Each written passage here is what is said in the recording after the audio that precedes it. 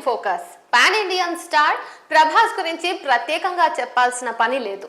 ఇటీవల కల్కి 2898 ఏడి మూవీతో బ్లాక్ బస్టర్ హిట్ అందుకున్న ప్రభాస్ ప్రస్తుతం స్పిరిట్, కల్కి 2, రాజా సాబ్, సలార్ 2 వంటి సినిమాలతో పాటు హను రాఘవపూడి డైరెక్షన్ లో ఫౌజీ మూవీలో కూడా నటిస్తున్నట్టు ఇటీవల ప్రకటించిన సంగతి అయితే మనందరికీ తెలిసిందే.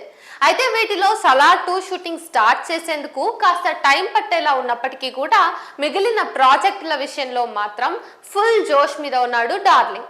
ఇక ఈ క్రమంలో ప్రభాస్ పై సలార్ నటుడు చేసిన కామెంట్స్ నెట్టింట హల్చల్ చేస్తున్నాయి.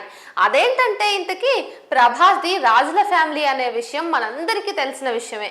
అయితే నోరూరించేటటువంటి పసందైన వంటకాలతో భోజనం పెట్టడం అనేది ప్రభాస్ స్పెషాలిటీ.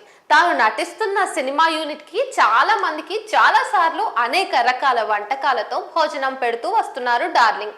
ఇక తన తోటి కో స్టార్స్ కి అయితే ప్రత్యేకంగా మరీ వంటకాలు చేయించి వడ్డిస్తుంటాడు. కడుపు నిండా భోజనం పెట్టి పంపిస్తుంటాడు. ప్రభాస్ పంపించిన భోజనం చేశాక ఆ విషయాన్ని పంచుకోకుండా ఉండని ఆర్టిస్టులు, టెక్నీషియన్లు ఉండరంటే అతిశయోక్తి కాదు. ఇదే ప్రభాస్ ప్రత్యేకత. ఈ నేపథ్యంలో ప్రభాస్ పై సలార్ నటుడు ఇంట్రెస్టింగ్ కామెంట్స్ చేశారు. ఆయనతో సలార్లో నటించిన అనుభవంతో ఆయన అసలు విషయాన్ని పంచుకున్నాడు. ఆయన మాట్లాడుతూ, ఒకసారి నేను నా ఫ్యామిలీతో కలిసి సెట్కి వచ్చాను. అప్పుడు సెట్స్లో సుమారు 20 రకాల వంటకాలు ఉన్నాయి. వాటిని చూసి నా 9 ఏళ్ల కూతురు అయితే చాలా ఆశ్చర్యపోయింది. ఏం తింటావని అడిగితే అన్నీ సెలెక్ట్ చేసుకుంది. ఆ తర్వాత ప్రభాస్ని, సార్ మరో రూమ్ ఉందా ఇవన్నీ దాచిపెట్టుకోవడానికి అని అడగాల్సి వచ్చింది. మార్నింగ్ లేచాక అడిగాను, ఏంటి సార్ మేము అంకుల్స్ ఆంటీలను తీసుకుని సెట్కి వచ్చా అనుకుంటున్నారా?